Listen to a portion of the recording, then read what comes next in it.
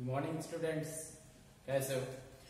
आज हम डिस्कस करेंगे जो हमारा टॉपिक चल रहा था ट्रांसपोर्टेशन के बारे में।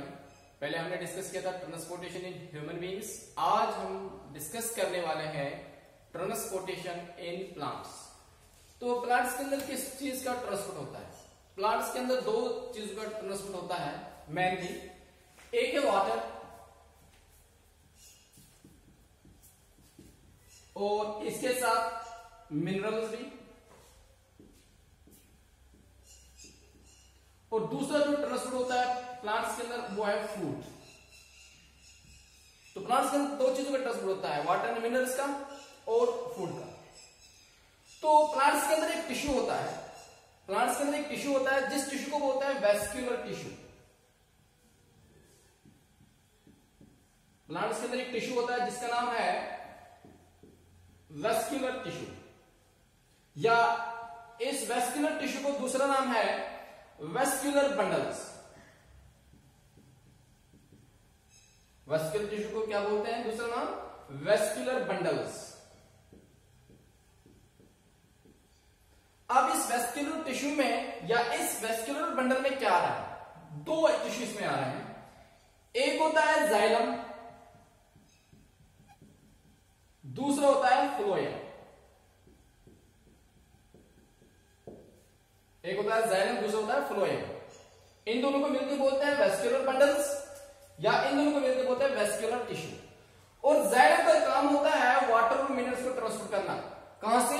रूट से लीव्स तक। जाइलम का काम क्या होता है? जाइलम का काम होता है वाटर एंड मिनरल्स का ट्रांसपोर्ट करना। कहां से? फ्रॉम रूट्स कहां तक? लीव्स तक। और फ्लोएम का काम क्या होता है? फ्लोएम का काम होता है फूड को ट्रांसपोर्ट करना। फ्लोएम का काम क्या होता है? फूड को ट्रांसपोर्ट करना। कहां से? लीव्स से to other parts of plants. तो जाइलम अपना काम करेगा। क्या काम करता है? वाटर एंड मिनरल्स को ट्रांसपोर्ट करता है और रूट से लीव्स तक। और फ्लोएम का काम क्या होता है? फूड को ट्रांसपोर्ट करना है लीव्स से to other parts of the plant. अब जो ये जाइलम और फ्लोएम है, जाइलम और फ्लोएम को क्या बोलते हैं? अगर आपने 9th में पढ़ रखा होगा, जाइलम और फ्लोएम को बोलते हैं कॉम्प्लेक्स टिश्यू। क्या बोलते हैं? Complex tissue.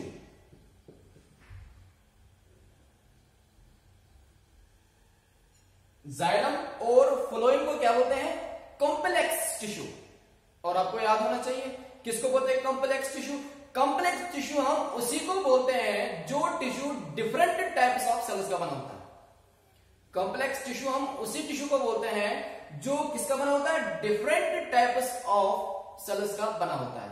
और एक होता है टिश्यू जो सेम टाइप ऑफ सेल्स का बना होता है, उनको बोलते हैं सिंपल टिश्यू। टिश्यू दो तरह के हैं, एक होता है सिंपल टिश्यू, दूसरा होता है कॉम्प्लेक्स टिश्यू। सिंपल टिश्यू आप उसी को बोलोगे जो सेम टाइप ऑफ सेल्स का बना होता है, और कॉम्प्लेक्स टिश्यू आप उसी को बोलोगे जो डिफरेंट टाइप्स ऑफ सेल्स का बना होता है। और जो जाइलम और फ्लोएम है ये भी किसके बने होते हैं? ये डिफरेंट टाइप्स ऑफ सेल्स के बने होते हैं। तो इसलिए हम इनको क्या कहते हैं? Complex tissue. अब जाइलम कितने सेल्स का बना होता है? 4 सेल्स का बना होता है। जाइलम 4 डिफरेंट सेल्स का बना होता है। क्या नाम है उनका? पहला है ट्रेचिस, जो पहली सेल है उसका नाम है ट्रेचिस। दूसरा है उसको बोलते हैं जाइलम वेसल। तीसरा है उसको बोलते हैं जाइलम फाइबर। और चौथा जो है उसको बोलते हैं जाइलम पैरेन्काइमा।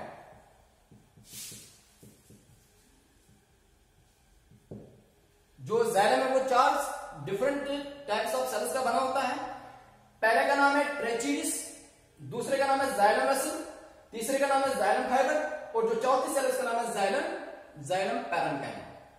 यहां पे आपको मैं एक पॉइंट याद बताना चाहता हूं, जो ये ट्रेचिस और जाइलम वेसल सेल है ये क्या बनाती है? ये दोनों सेल्स ट्रेचिस और जाइलम वेसल, ये दोनों सेल्स क्या बनाते हैं? एक चैनल बनाते हैं। जो ट्रेचिन होती है और जो ये जाइलम वेसल है, ये दोनों सेल्स क्या बनाती है? एक चैनल बनाती है, एक ट्यूब बनाती है, जिसको बोलते हैं वाटर कंडक्टिंग चैनल। क्या बोलते हैं? Water conducting channel, water conducting channel कौन बनाता है? जो जाइलम की ये दो सेल्स होती है, ट्रेचीडिस एंड जाइलम वेसल, ये ट्यूब बनाती है, ये एक चैनल बनाती है जिसके थ्रू पानी ट्रांसपोर्ट होता है, और उस चैनल को हम क्या बोलते हैं? Water conducting channel. मतलब वो चैनल, वो ट्यूब जिसके थ्रू पानी ट्रांसपोर्ट होता है। मगर वो कौन सी सेल बनाती है? एक तो ट्रेचीडिस और दूसरी जाइलम वेसल। अब ये सेल देखो, अब ये जाइलम जो होता है वो रूट्स में भी प्रेजेंट होता है, और जो स्टेम में भी प्रेजेंट होता है, और लीव्स में भी प्रेजेंट होता है। जाइलम कहां पे प्रेजेंट होता है? रूट्स के अंदर भी, स्टेम के अंदर भी, लीव्स के अंदर भी प्रेजेंट होता है। और जाइलम का जो रूट के अंदर जाइलम होगा उसके अंदर भी वाटर कंडक्टिंग चैनल ये दोनों सेल्स बनाएंगे, और जो स्टेम के अंदर जाइलम होगा उसके अंदर भी ये दोनों सेल्स बनाएंगे ये चैनल, और जो लीव्स के अंदर जो जाइलम होगा वहां पे भी ये दोनों सेल्स ये चैनल बनाएंगे। फिर तीनों पार्ट्स की ये जो वाटर कंडक्टिंग चैनल है वो कनेक्ट हो जाती है, इंटरकनेक्ट हो जाती है, आपस में कनेक्ट होती है।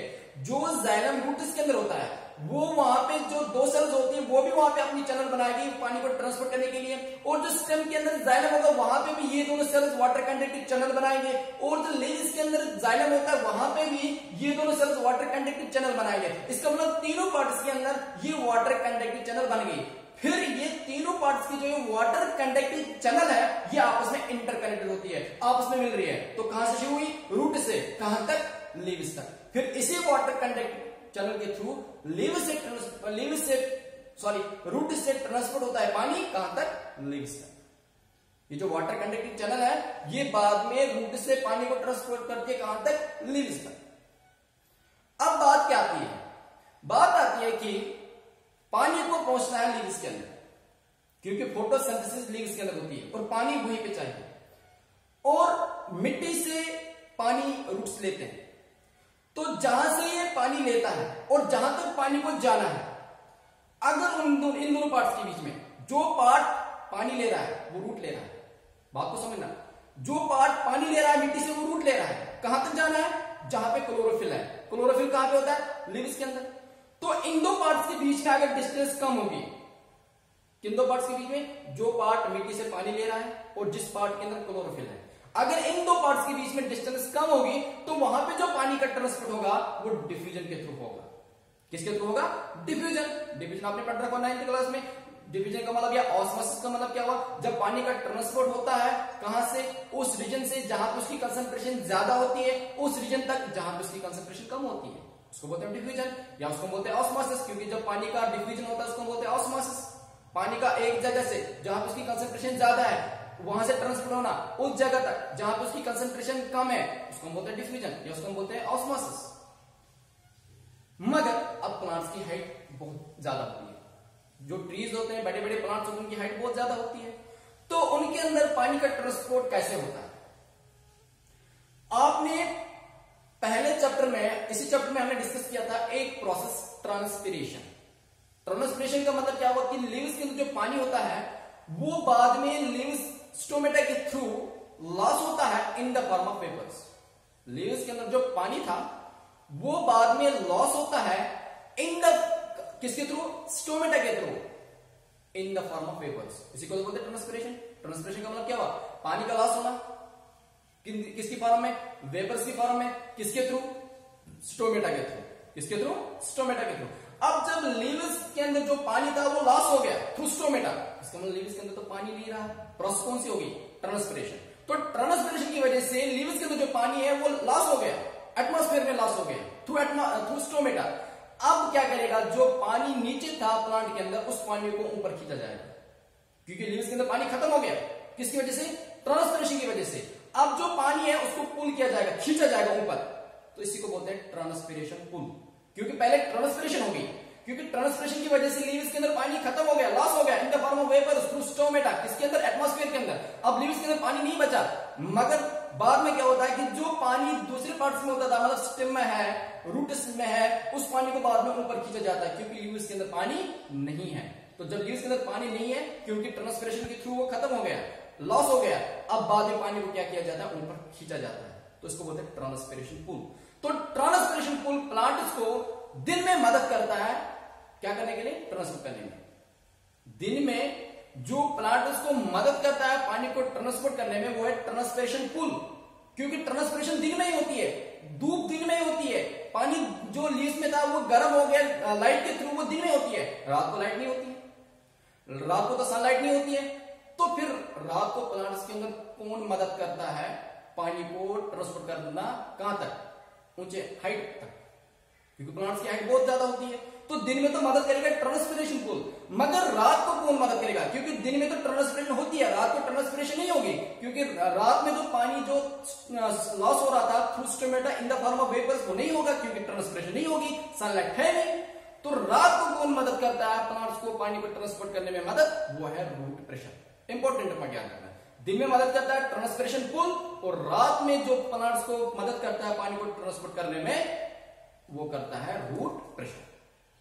तो आगे समझ, तो ये पॉइंट आपको यहां पे याद रखना। अब जो फ्लोएम है, फ्लोएम फूड कहां पे बनता है, आपको पता है फोटोसिंथेसिस कहां पे होती है, लीव्स के अंदर, और फूड कहां पे बनता है, लीव्स के अंदर।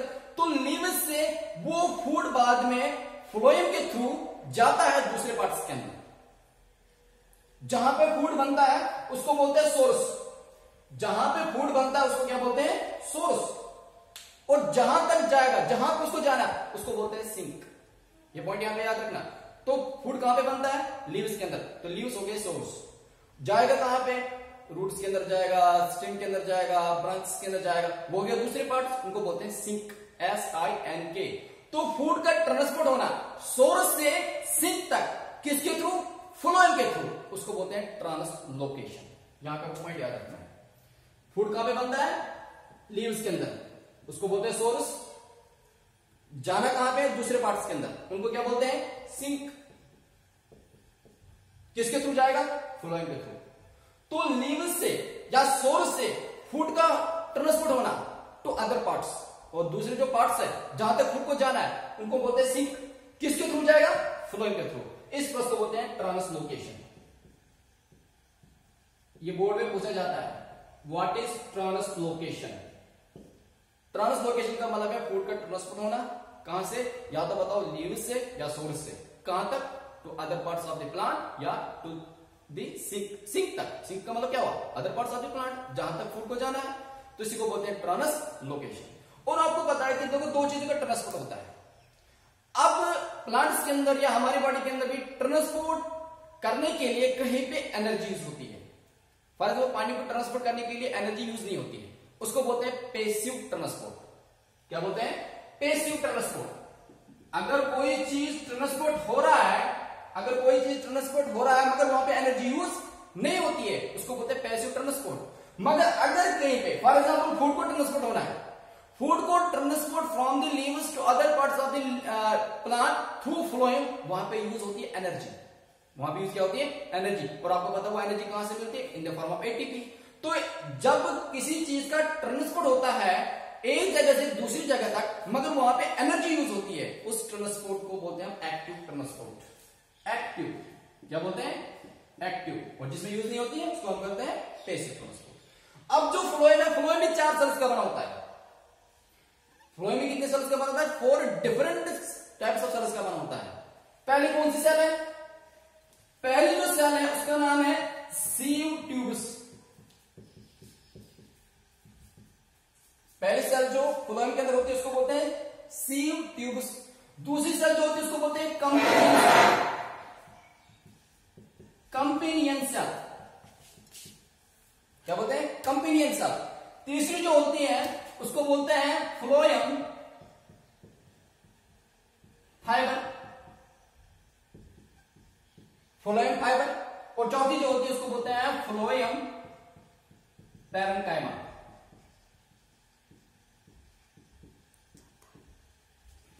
Phloem parenchyma. अब जो फूड इन चारों सेल्स में ट्रांसफर होता है वो खाली सीव ट्यूब्स के थ्रू होता है, क्योंकि सीव ट्यूब है, ये ट्यूब है, ये चैनल है, इसी के थ्रू फूड ट्रांसफर होता है। फिर कंपेनियन सेल का काम क्या है, जो कंपेनियन सेल है इसका काम क्या है, सीव ट्यूब्स के थ्रू ही फूड का ट्रांसफर होता है। अब companion cell sieve tube cell के साथ साथ होती है, क्यों, क्योंकि सीव ट्यूब जो सेल है इसका अपना न्यूक्लियस नहीं होता है। अब इस सेल का जो कंट्रोल करेगा कौन करेगा, क्योंकि सेल के अंदर हर एक एक्टिविटी को कंट्रोल करने वाला न्यूक्लियस होता है। मगर सीयू ट्यूब के जिस सीयू ट्यूब के थ्रू फूड का ट्रांसफर होता है फ्लोएम के अंदर, उसके पास अपना न्यूक्लियस नहीं होता है। फिर इसकी एक्टिविटी, इसका काम जो है वो कंट्रोल कौन करता है, वो करता है कंपेनियन सेल का जो न्यूक्लियस होता है वो करता है। इसलिए जहां पे सीयू ट्यूब सेल होगी वहां पे कंपेनियन सेल होगी, तो कंपेनियन सेल के अंदर जो न्यूक्लियस होगा वही न्यूक्लियस इस सीयू ट्यूब की एक्टिविटी को कंट्रोल करेगा।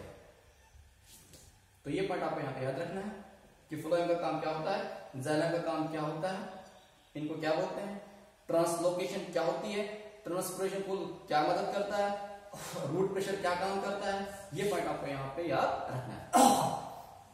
नेक्स्ट टॉपिक हम डिस्कस करेंगे एक्सक्रीशन के बारे में।